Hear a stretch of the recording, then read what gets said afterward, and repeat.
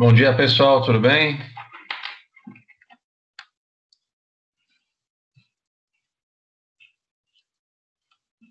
Estão me escutando, pessoal?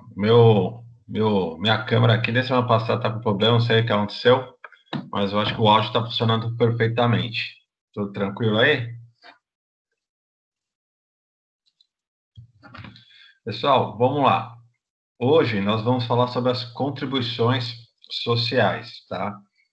As contribuições sociais, elas têm natureza tributária. Então, não vai ter jeito, a gente vai falar um pouco aqui do, de alguns tributos, algumas espécies de tributos, especificamente das contribuições sociais, mas não vamos adentrar nas peculiaridades de cada tributo, tá? É só para a gente identificar e trazer uns aspectos gerais das contribuições que servem como fonte de financiamento no sistema de seguridade social, tá? Antes de entrar nas contribuições propriamente ditas, eu achei por bem colocar uma questão, uma matéria, sobre a estrutura da norma jurídica.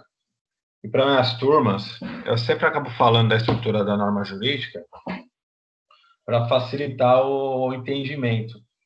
E eu peguei essa parte da estrutura da norma jurídica, as lições do professor Paulo de Barros Carvalho, que é um tributarista. Então, eu vou falar da estrutura relacionando com a parte tributária em razão da natureza das contribuições, tá?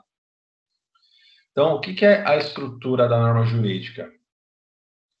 Também chamada da regra matriz de incidência tributária. Primeiro, quando a gente fala de fato gerador, nós também falamos de hipótese de incidência. O que muda no fato gerador e hipótese de incidência é quem trata sobre o assunto, né?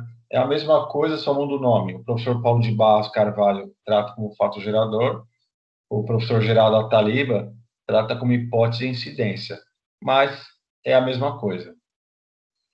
Os artigos 150, inciso 2º, e 160, inciso 1º, ambos da Constituição, eles nos trazem, está dentro da questão da parte tributária da Constituição, né? Os dois artigos, incisos, eles nos trazem o princípio da legalidade no direito tributário.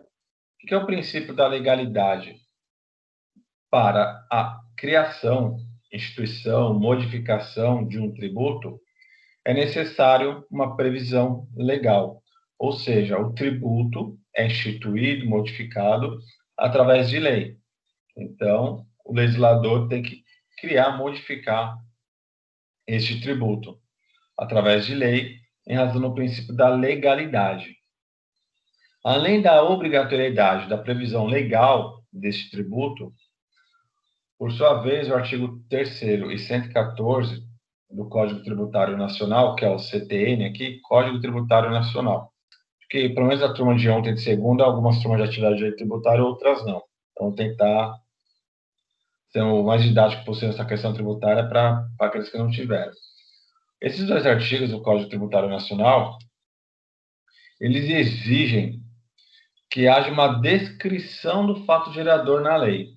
O que é a descrição do fato gerador? É o fato que, se ocorrido, irá ensejar a obrigação tributária. É o princípio da tipicidade tributária. Então, primeiro, pelo princípio da legalidade,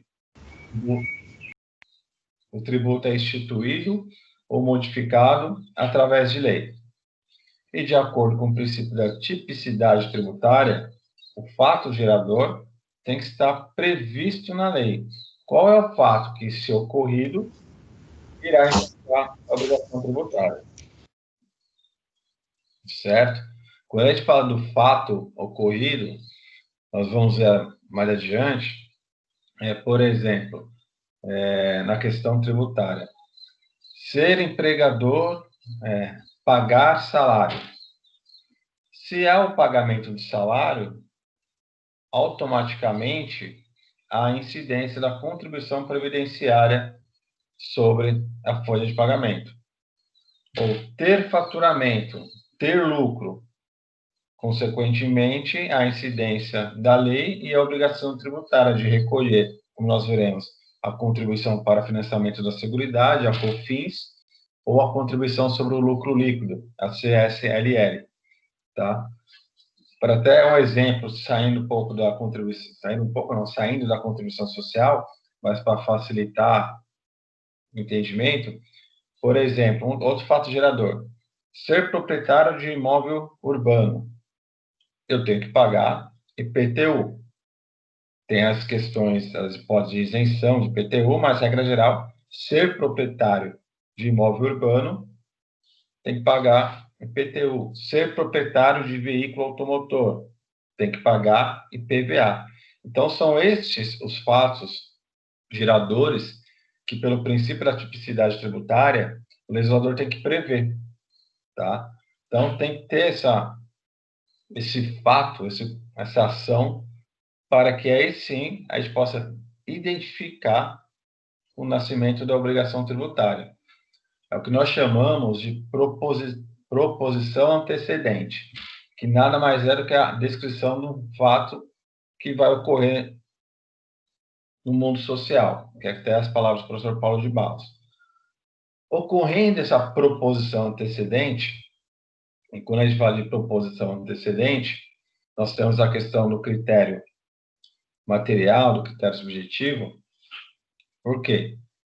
Assim que nasce a obrigação tributária, nasce também, consequentemente, a relação tributária. Então, nós temos um critério subjetivo que são os sujeitos dessa relação. Quem são os sujeitos? Eu tenho, de um lado, o sujeito ativo, que é aquele que tem o poder de exigir o cumprimento da obrigação tributária, e nós temos o sujeito passivo, que é aquele que tem o dever, a obrigação tributária, aquele que tem que cumprir a obrigação. Então, enquanto o sujeito, os slides estão sozinhos aqui, enquanto o sujeito ativo tem o dever de exigir o cumprimento da obrigação tributária, o sujeito passivo tem o dever de cumprir, de adimplir com esta obrigação, certo? Então, tem que verificar esse antecedente, que é a descrição do fato gerador, que, se ocorrido, irá gerar uma consequência, ou seja, é a outra parte da estrutura da norma jurídica. Eu tenho, de um lado, um antecedente, com critério subjetivo, critério objetivo, e, de outro lado, eu tenho o consequente. Qual que é o consequente? Ocorrido o fato gerador, nasce a obrigação de efetuar o recolhimento daquela contribuição. Quando a gente fala assim, pessoal, é a mesma... Eu falei da estrutura da norma jurídica, fazendo relação com o direito tributário, em razão da nossa matéria, mas esse estudo da estrutura da norma jurídica pode ser aplicado a qualquer ramo do direito. Então, só fazendo a relação ao direito do trabalho. Antecedente. Prestar serviço como empregado. Se eu presto serviço como empregado, o antecedente, qual é a consequente? Eu tenho que receber a devida contraprestação, que é a remuneração, que engloba salário e outras verbas, tá?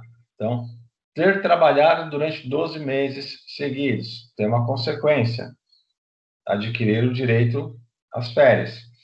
Então, essa estrutura norma jurídica, se bem compreendida, ela pode ser utilizada em qualquer ramo do direito. Facilita, tá, pessoal? A compreensão. Então, voltando, nesse antecedente que prescreve um fato gerador, prescreve a conduta, deste fato gerador ou hipótese de incidência, desde que ocorrido, automaticamente, e há quem diga que também de forma infalível, ou seja, infalivelmente acontecerá, a incidência da norma sobre aquele fato, nascendo, portanto, lá a obrigação tributária decorrente da relação jurídica que nasce entre os sujeitos. Quando eu estou diante da relação tributária, eu tenho de um lado o contribuinte como sujeito passivo e no caso da contribuição social, eu tenho a União como sujeito ativo, tá? Vejo que as relações jurídicas mudam como nós falamos já em outras aulas, se eu estou diante da relação previdenciária, ter sofrido acidente do trabalho, consequente, ter direito de exigir o auxílio-doença acidentário. Nasce aí uma obrigação previdenciária, nasce aí uma relação previdenciária. Só que não entre contribuinte e União, mas sim entre segurado e INSS. São relações jurídicas distintas, cujos sujeitos são diferentes também.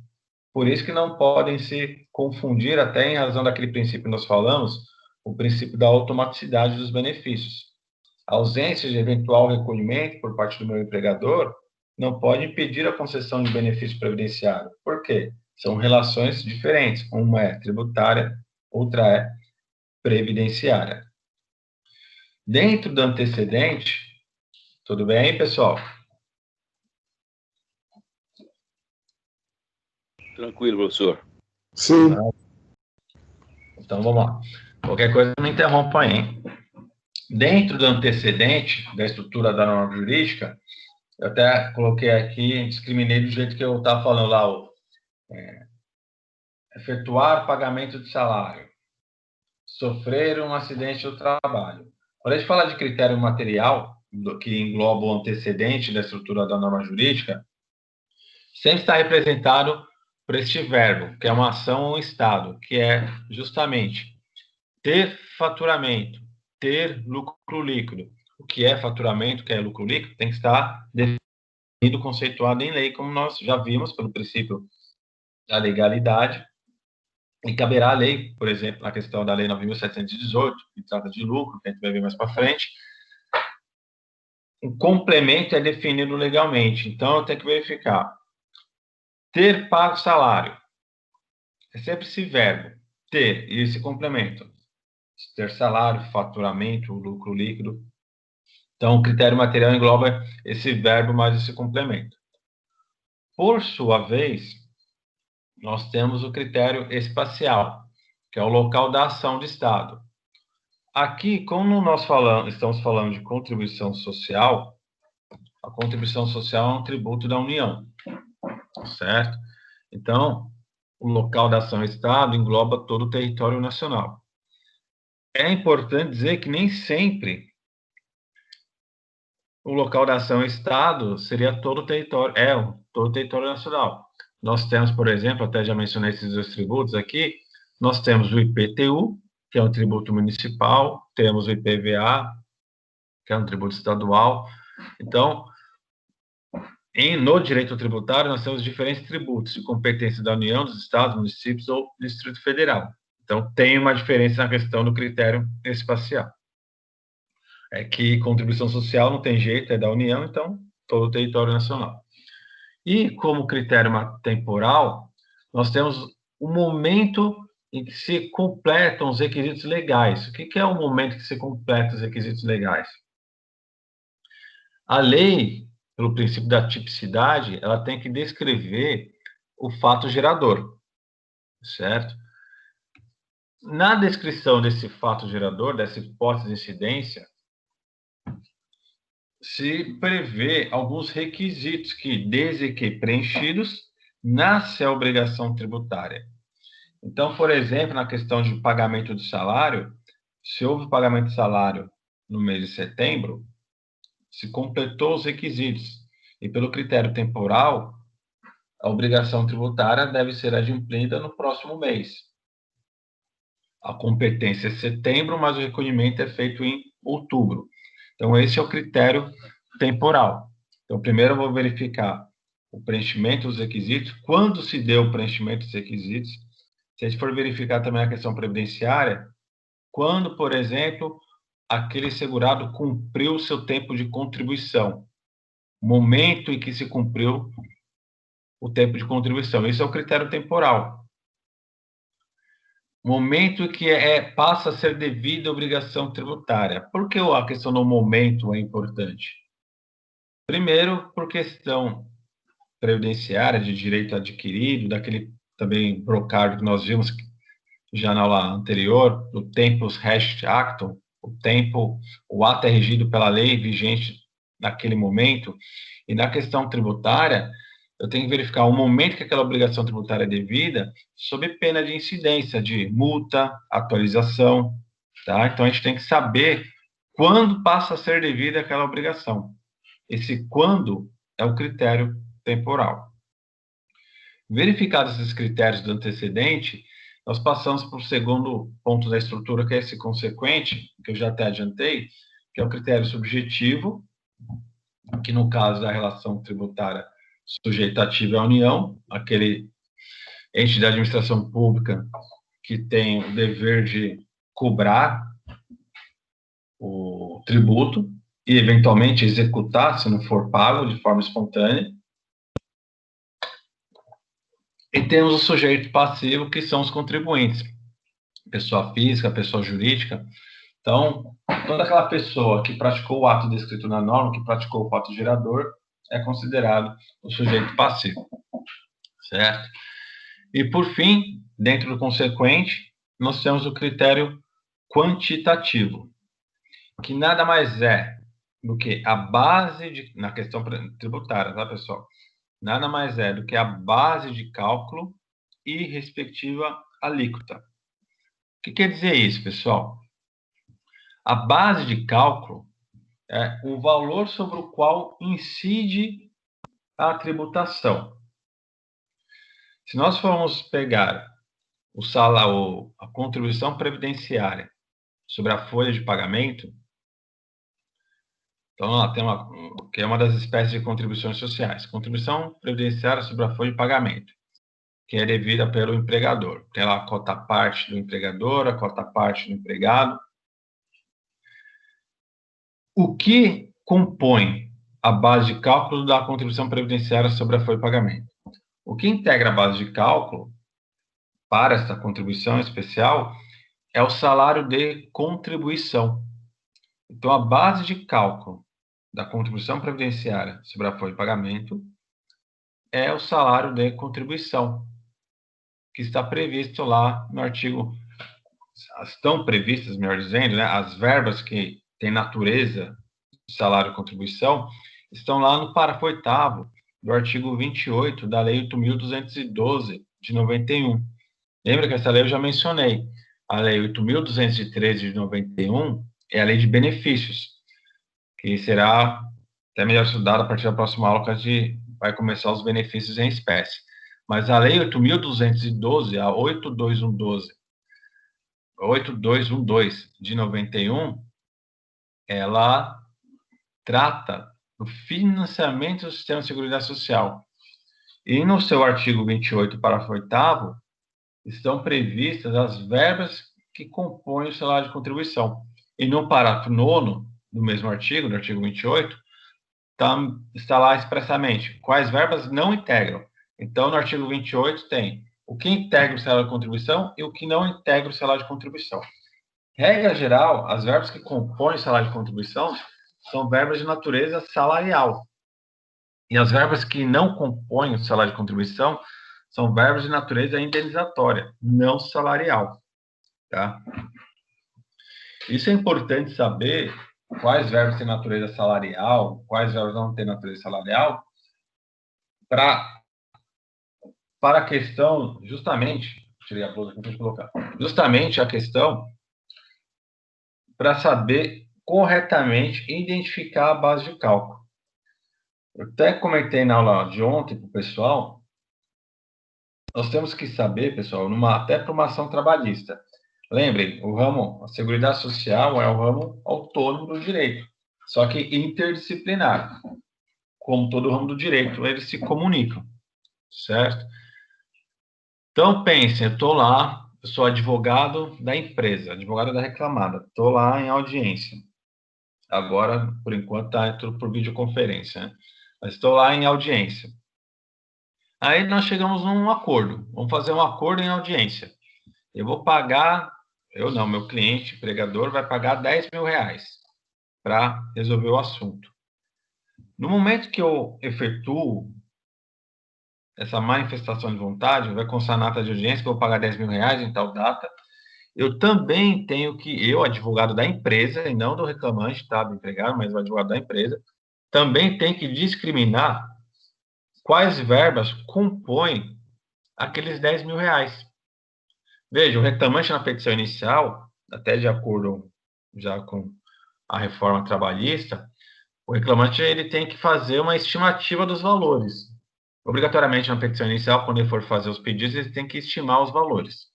O que é salário, o que é férias, quanto que é de salário, quanto que é de férias, quanto que é de 13º, quanto que é de multa de fundo de garantia, quanto que é de férias indenizadas. Ele tem que colocar isso sob pena de inépcia da petição. Então, aqui eu vou falando, vou procurando. Mas não. Então, assim que eu for fazer o acordo, desses 10 mil reais, eu, advogado da empresa, eu tenho que pegar a petição inicial do reclamante, verificar quais foram as verbas pretendidas na petição inicial, certo? E identificar, dentre aquelas verbas que constam na petição inicial, quais têm natureza salarial. Então, vai constar na ata de audiência o quê? Dentro dos 10 mil reais, 4 mil é de multa de fundo de garantia, 2 mil é de multa por atraso no pagamento das verbas rescisórias, lá do 477, e a diferença é de férias indenizadas. Eu, advogado, eu tenho que ter esse conhecimento de olhar os pedidos da petição inicial e saber o que é salário de contribuição e o que não é, para discriminar de forma correta no acordo, ou eventualmente, que vai constar na ata ou depois na petição, porque tem juiz que dá prazo para você discriminar depois. Se tiver atrasado, você perceber que você não sabe também, o juiz vai dar prazo. Mas, de qualquer forma, você tem que saber por quê. Se você não souber o que é salário de contribuição, o que compõe a base de cálculo da contribuição previdenciária, você vai discriminar de forma errada. Se você discriminar de forma errada, o seu cliente vai ser tributado. Ou seja, ele não seria tributado, agora passa a ser porque você fez errado, ou a tributação é maior porque você discriminou errado também. O microfone aí, pessoal.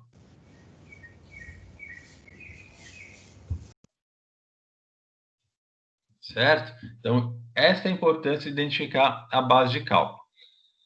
A alíquota, por sua vez, é a quantidade, é o percentual que eu irei recolher. Então, eu não vou recolher o total do salário de contribuição. O salário de contribuição é a base de cálculo. Sobre a base de cálculo, irá incidir a alíquota.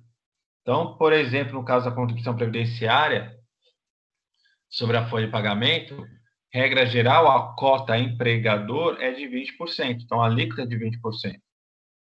Então, nós temos um exemplo diferenciado das instituições financeiras que tem um percentual a mais, um adicional a mais de 2,5%. Então, a alíquota é 22,5%.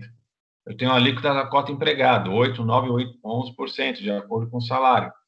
Então, a alíquota é o percentual que irá incidir sobre a base de cálculo.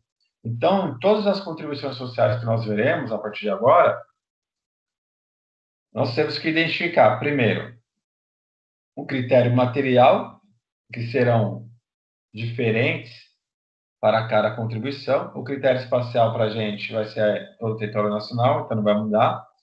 Tá? Tem a diferença do critério temporal, que é peculiar de cada tributo.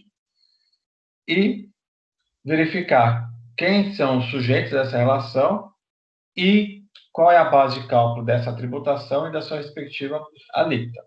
Tá? Então, a partir de agora, a gente vai começar a falar das contribuições.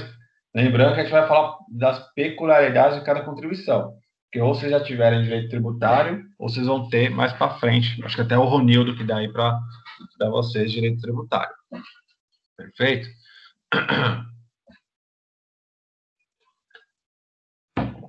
Então, vamos lá. A primeira contribuição não. O primeiro artigo que tem que ser mencionado é o artigo 195 da Constituição. O artigo 195, lembrem, a parte constitucional da Seguridade Social, capítulo, né, começa a partir do artigo 194. Até que nós vimos nas aulas passadas que o caput do artigo 194 que traz o conceito de seguridade, né? Conjunto integrado de ações de todas as sociedades, estados, enfim. O artigo 195, o seguinte, ele trata das fontes de custeio do sistema de seguridade social. Então, o caput do artigo 195 estabelece que o sistema de seguridade ele é financiado por toda a sociedade de forma direta e indireta, mediante recursos provenientes de orçamentos da União, estados, municípios e Distrito Federal. O que significa isso, pessoal? Tem uma participação da sociedade, dos estados e municípios, de forma direta ou indireta.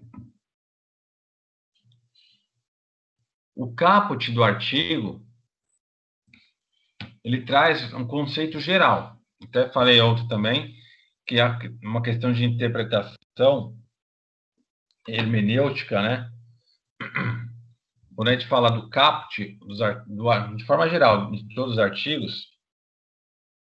os artigos têm a parte geral, que está no caput, e ele vai se tornando mais específico em seus incisos e seus parágrafos, tá? Então, eu tenho a parte geral do caput. Será financiado por toda a sociedade, de forma direta e indireta.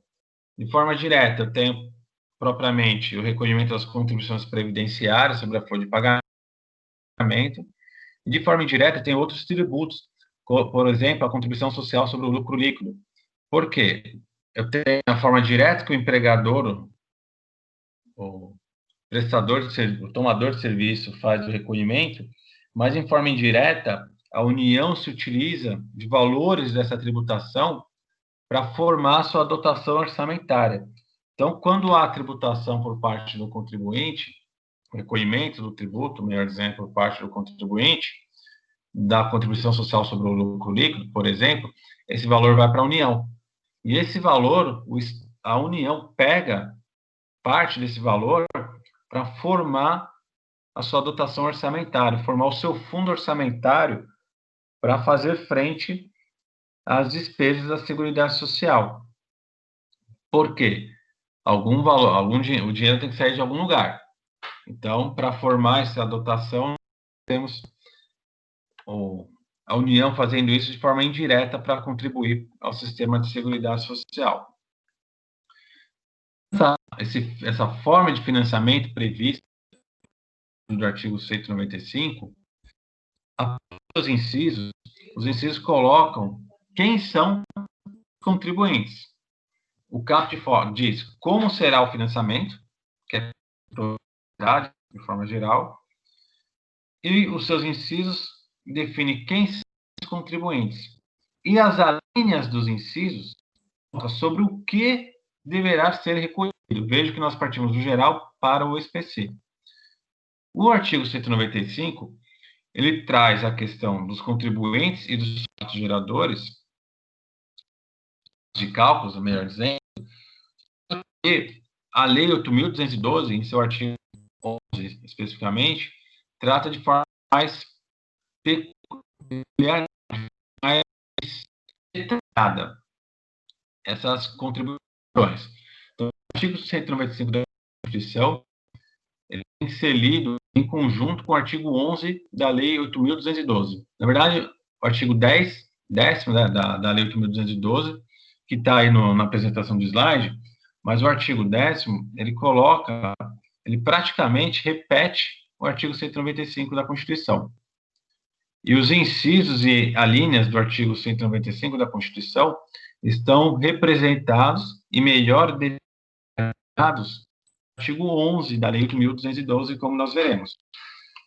De forma específica, a gente vai falar de cada um quando chegar no 11, que está mais para frente. Mas vou adiantar aqui, quem é contribuinte? Empregador, que pode ser empresa ou a entidade a ele que paga. Quando fala a Constituição e a lei, fala entidade equiparada, fala de associações cooperativas. Por quê, pessoal? O artigo, lá no artigo 2º e 3º da CLT,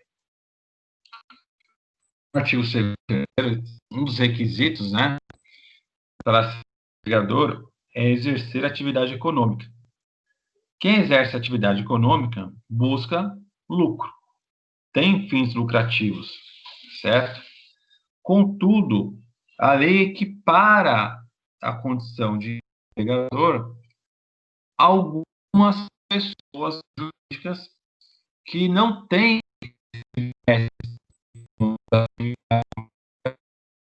que é, por exemplo, associações, pegar essas associações de bairro, por exemplo, cooperativas, porque a cooperativa em si, ela não exerce uma atividade econômica, mas ela busca dividir os seus lucros entre, não é em prol da cooperativa, mas é entre os cooperados. As pessoas, os cooperados se unem, se juntam numa cooperativa para dividir ali o valor que entra. Então, fica entre os cooperados. Isso é uma natureza, uma das características da cooperativa. E a lei da CLT, na verdade, ela estabelece especificamente no parágrafo único do artigo 442 da CLT, o artigo 442, parágrafo único, estabelece que entre cooperativa e cooperado não há vínculo de emprego. Então, está claro que a cooperativa não é uma cooperativa não fraudulenta, né? Uma cooperativa que obedeça a todos os requisitos legais. Uma cooperativa, então, não é empregador.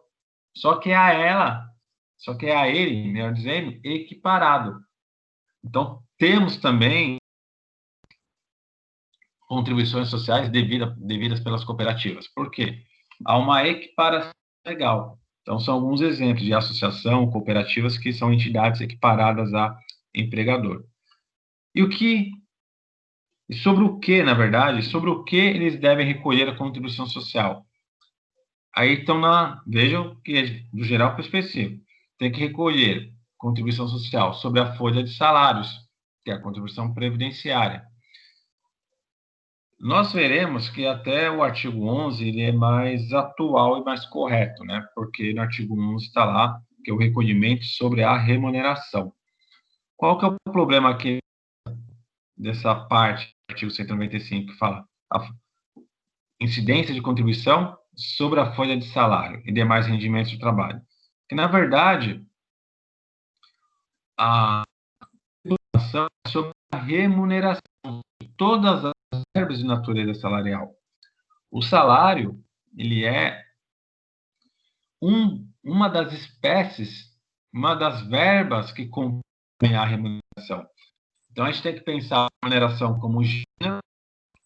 De remuneração,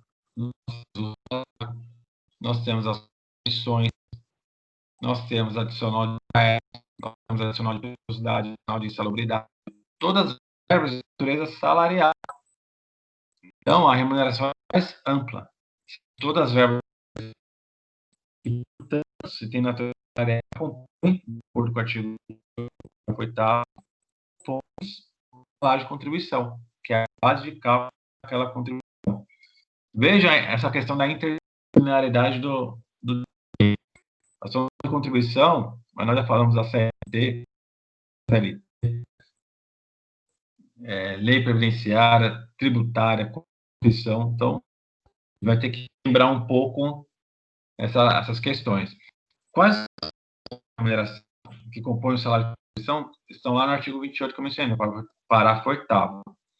Só que a CLT também estabelece quais são as verbas que têm natureza remuneratória. Está lá no artigo 457 da CLT, 457, tá? Então, remuneração paga, seja para empregados, seja para trabalhadores autônomos, que também está aqui, mesmo sem vínculo empregatício, são aqueles que prestam serviço de forma autônoma, por exemplo. Também incide contribuição sobre a receita ou faturamento, que é justamente o que nós veremos sobre a COFINS, nós temos a COFINS e a CSLL. Fiquem tranquilos que também está descrito abaixo aí, nós veremos a COFINS e a CSLL, certo? Além do tomador de serviço, do empregador, vamos colocar tomador de serviço de forma geral, porque tem as entidades ali equiparadas. Além dos tomadores de serviços, também devem recolher, também são sujeitos passivos os trabalhadores. Então, nós temos aqui o trabalhador como sujeito passivo. É o que falar, pegar a contribuição previdenciária, acho que até mencionei agora há pouco, na contribuição previdenciária sobre a folha de pagamento, nós temos a cota empregador, regra geral 20%, e nós temos a cota empregado, 8, 9, 11%. Então, o trabalhador também é sujeito passivo. Também é uma forma de financiamento da Seguridade.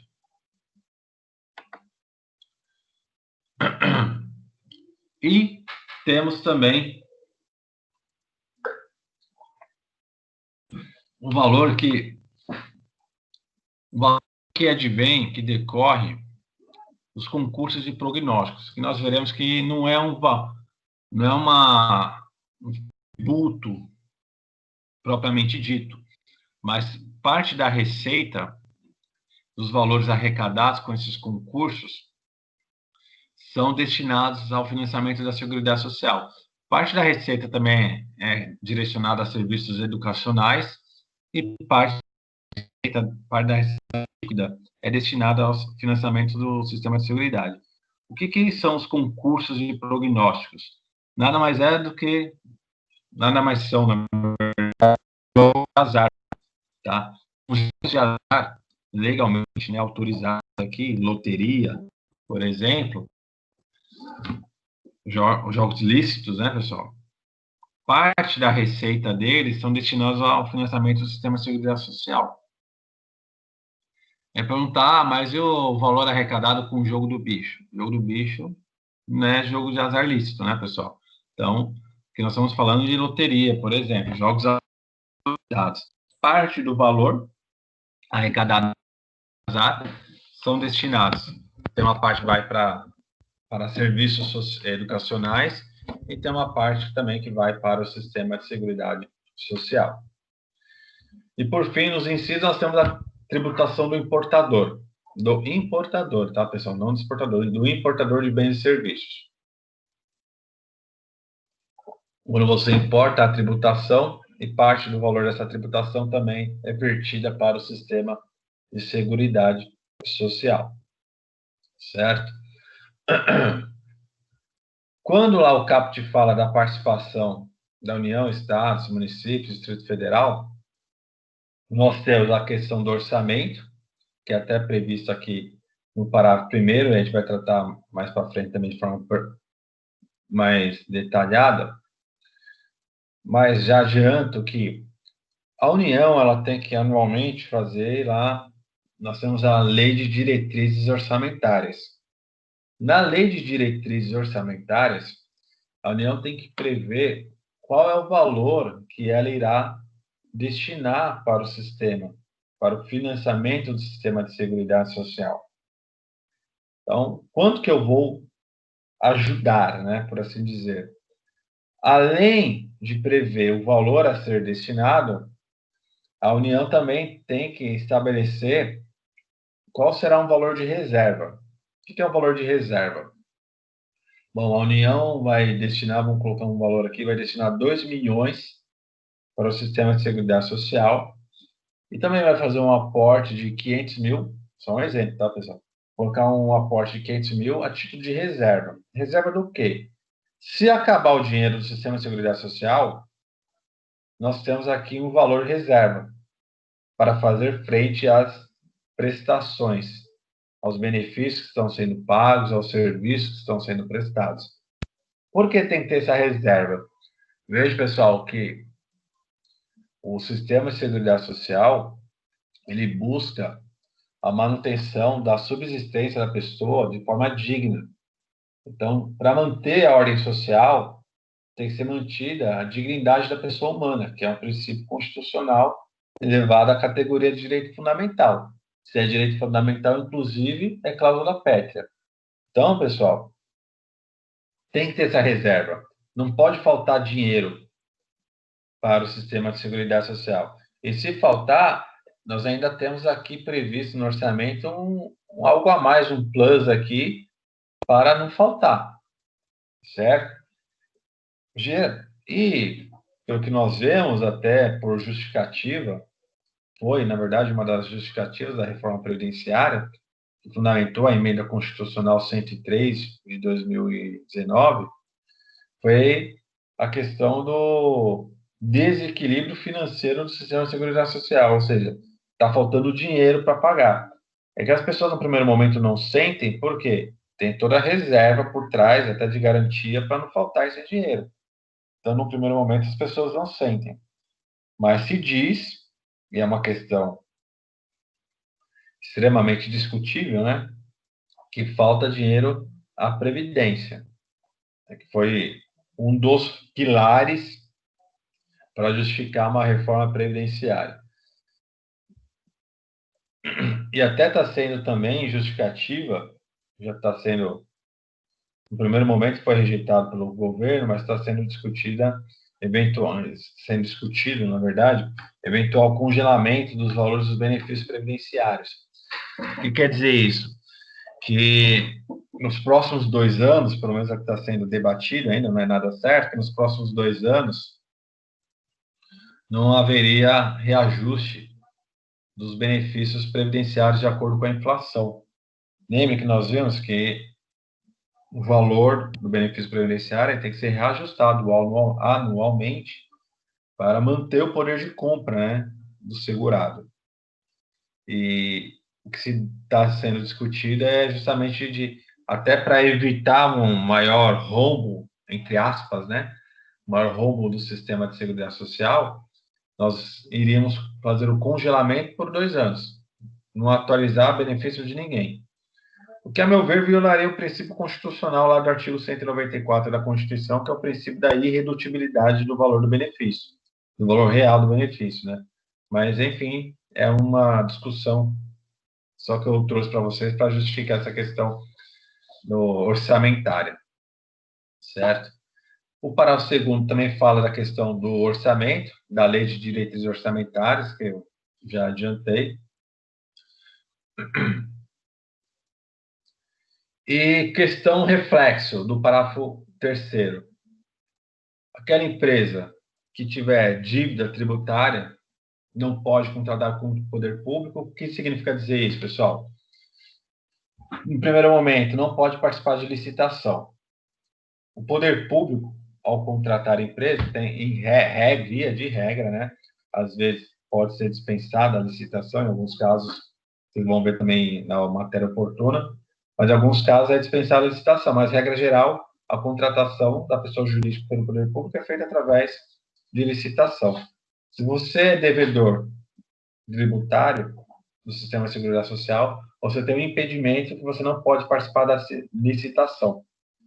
E, além de não participar da licitação, eventuais benefícios fiscais também não serão contemplados, ou seja, você não será agraciado com benefícios fiscais se você for devedor tributário. Nós veremos mais para frente que, por lei complementar, poderá ocorrer, por exemplo, a moratória, o parcelamento, a remissão, a anistia, mas o que importa nesse momento aqui é proibição de participar de licitação, que é bem importante, porque tem empresa que vive disso, e proibição de ser contemplado por benefícios fiscais.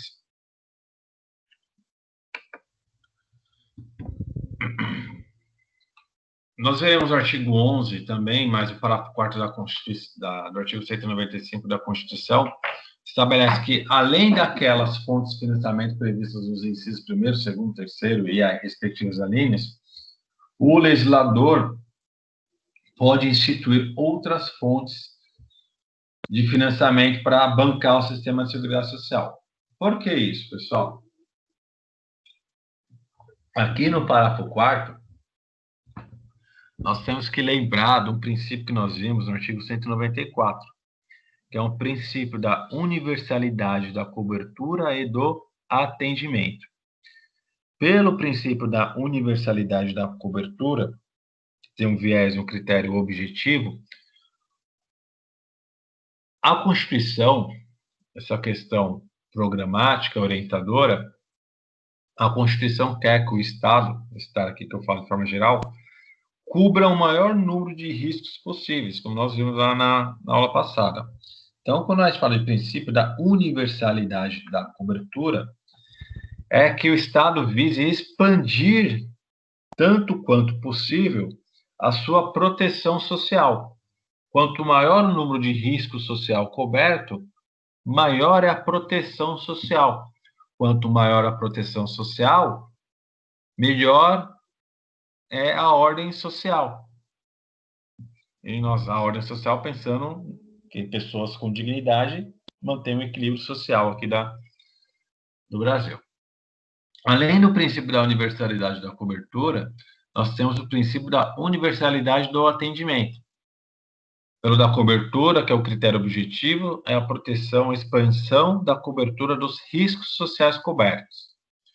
E quando a gente fala de atendimento, é a expansão da cobertura das pessoas que têm esta proteção. Quem tem essa proteção? Nós temos que expandir as pessoas, abranger essa cobertura ao maior número de pessoas possíveis. Isso que é o princípio da universalidade do atendimento. E para que o legislador possa expandir esta proteção, seja quanto à cobertura, quanto ao atendimento, para que haja essa expansão, é necessária a instituição de novas fontes de financiamento. É o que estabelece o parágrafo 4º, que está intrinsecamente atrelado ao parágrafo 5º. Lembrando novamente, questão de hermenêutica. Hermenêutica é interpretação. Regra de interpretação. Regra geral, caput, depois incisos e alíneas. O parágrafo vem antes do 5º, obviamente. Então, nós temos o parágrafo 5º relacionado por quê? E é o que um princípio nós já vimos. Eu acho que até perguntei para vocês aí no trabalhinho da semana passada. É o princípio da regra da contrapartida. Enquanto o parágrafo 4º estabelece a possibilidade de criação de novas fontes de financiamento, o parágrafo 5º estabelece, olha, mas cuidado, não pode-se criar nova fonte de financiamento sem a respectiva prestação, que é o que estabelece, nenhum benefício ou serviço da Seguridade Social poderá ser criado, majorado ou estendido sem a correspondente fonte de custeio. Ou seja, eu, legislador, né, estou me elegendo aqui, eu posso criar uma fonte de financiamento, mas desde que haja a respectiva contraprestação previdenciária. E da mesma forma, só pode ser criado o benefício se eu souber de onde vai vir o dinheiro para isso, até para manter o equilíbrio financeiro no sistema. Certo? Tudo bem, pessoal?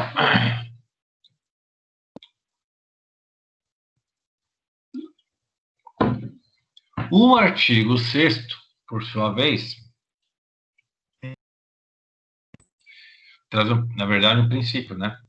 Que é o chamado princípio da anterioridade nonagesimal. O que é esse troço feio, pessoal? Princípio da anterioridade nonagesimal.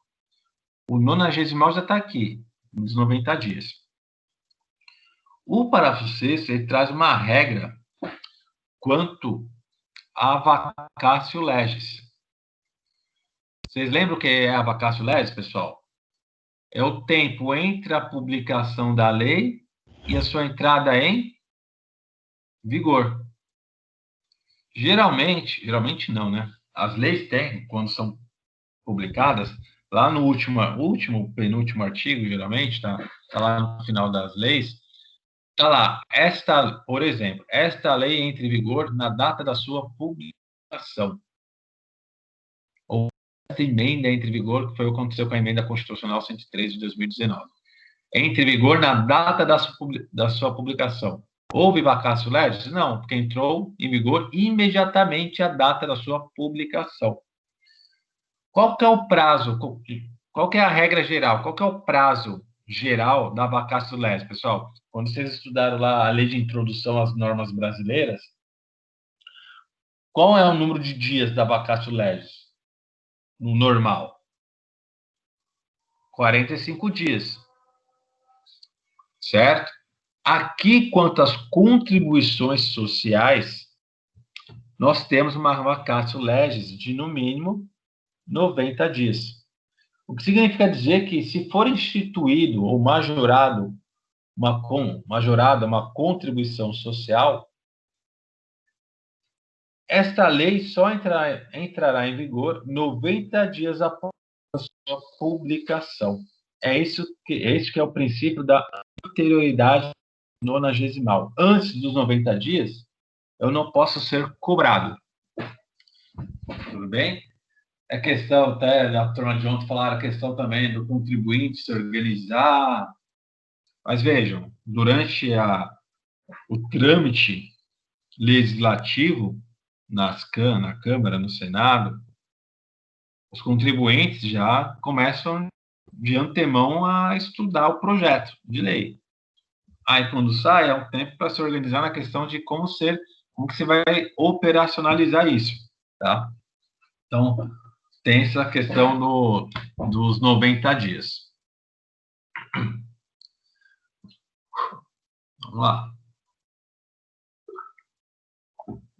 O parágrafo 7º traz a questão da isenção da contribuição social das entidades beneficentes de assistência social.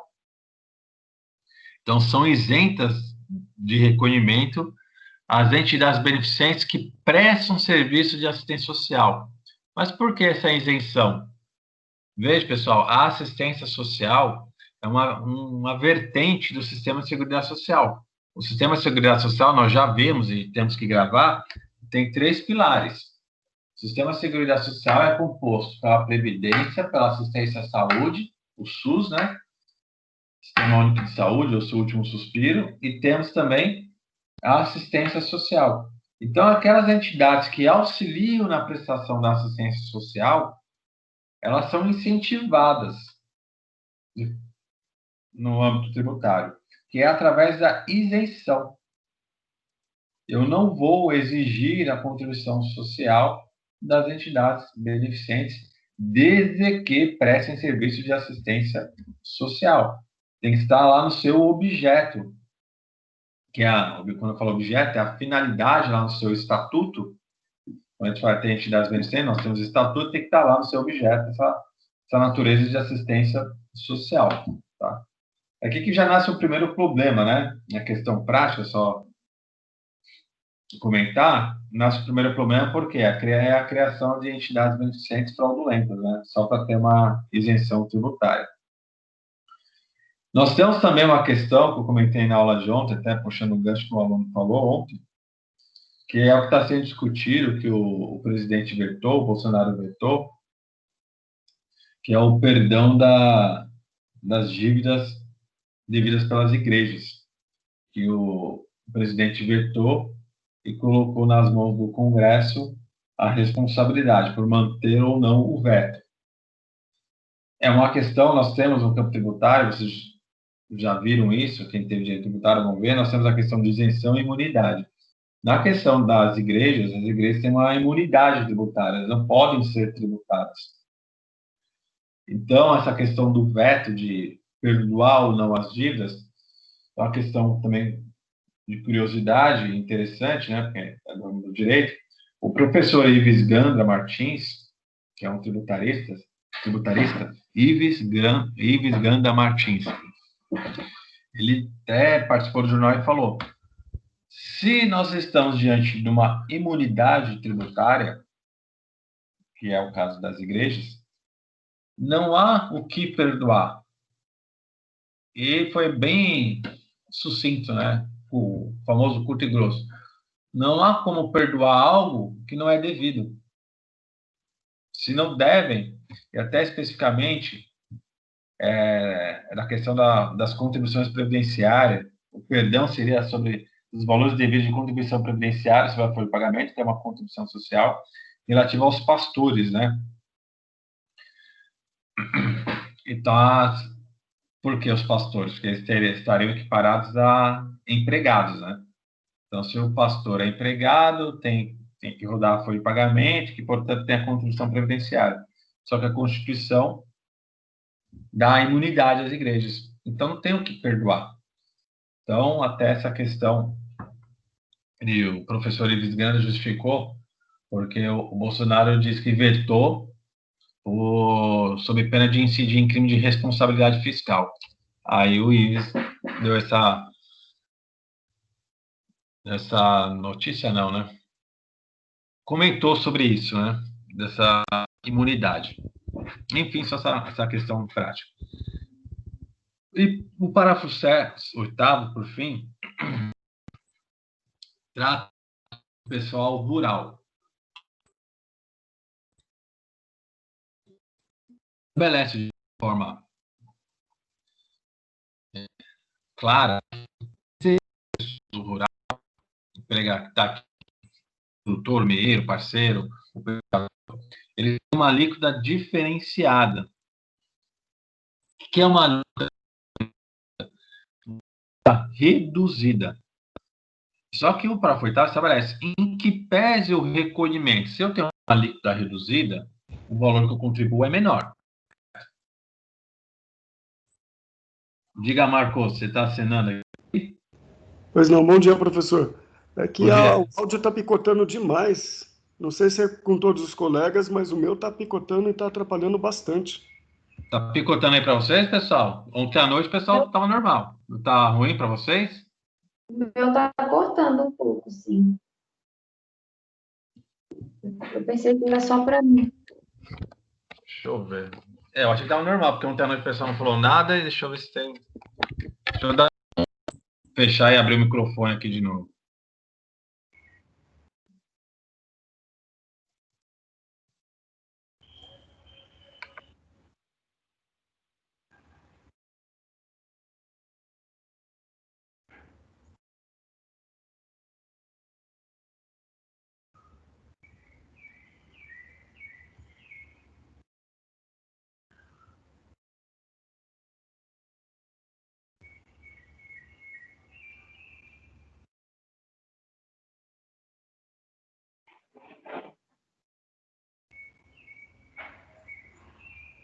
Eu estou sem áudio. Melhorou agora? O áudio voltou. O áudio voltou, mas ainda está picotando.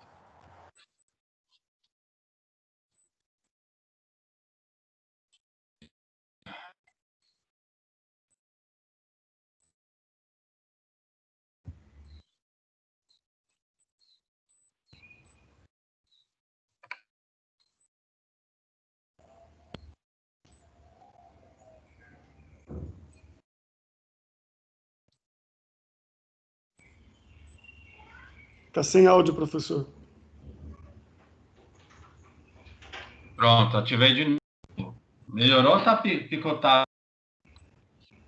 Está picotado. Não sei se é... Pode ser interferência porque está ventando bastante, né? Sei lá. Internet com o tempo nublado fica meio fraca, né? É que estranho. Que o meu vídeo não realmente está funcionando, mas tá tranquilo. Pelo menos ninguém falou nada. Não, está picotando bastante, viu, professor? Aqui para mim também está vindo bem picotado. Cara, esse aqui. O meu agora deu uma travada aqui na. Será que não é o fone de ouvido, não, professor? O senhor está de fone de ouvido? Tô. Será que não é o fone de ouvido que está... Tá travando o microfone aqui, vamos ver. Vou tirar aqui. Funciona.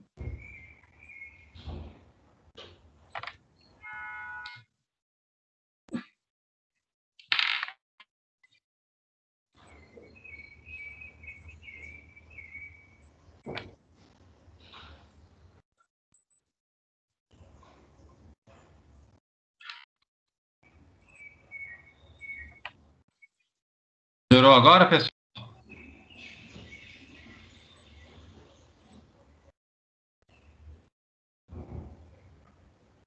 Estão me ouvindo? melhorou um pouco, hein? Nossa, será que é o fone? Bom tentar. Travou aqui a apresentação, mas vou... Desculpa, Quando- professor, mas parece que não é o fim, não. Ainda continua dando umas picotadas assim, viu? Continua, né? Vou fazer o Infelizmente. seguinte, pessoal, eu vou falar só mais esse parágrafo, aí a gente entende um pouco antes do tempo, vou meio aqui para ver se acontece uma coisa de melhor aí. Tá certo?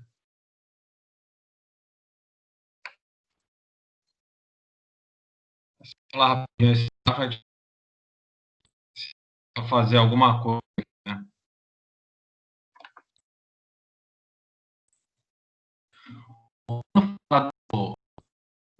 Do produtor rural, do meio, do parceiro, a previsão, vou falar de essa previsão. Professor, agora piorou de vez, hein? Não dá para entender exatamente nada, hein? Piorou agora?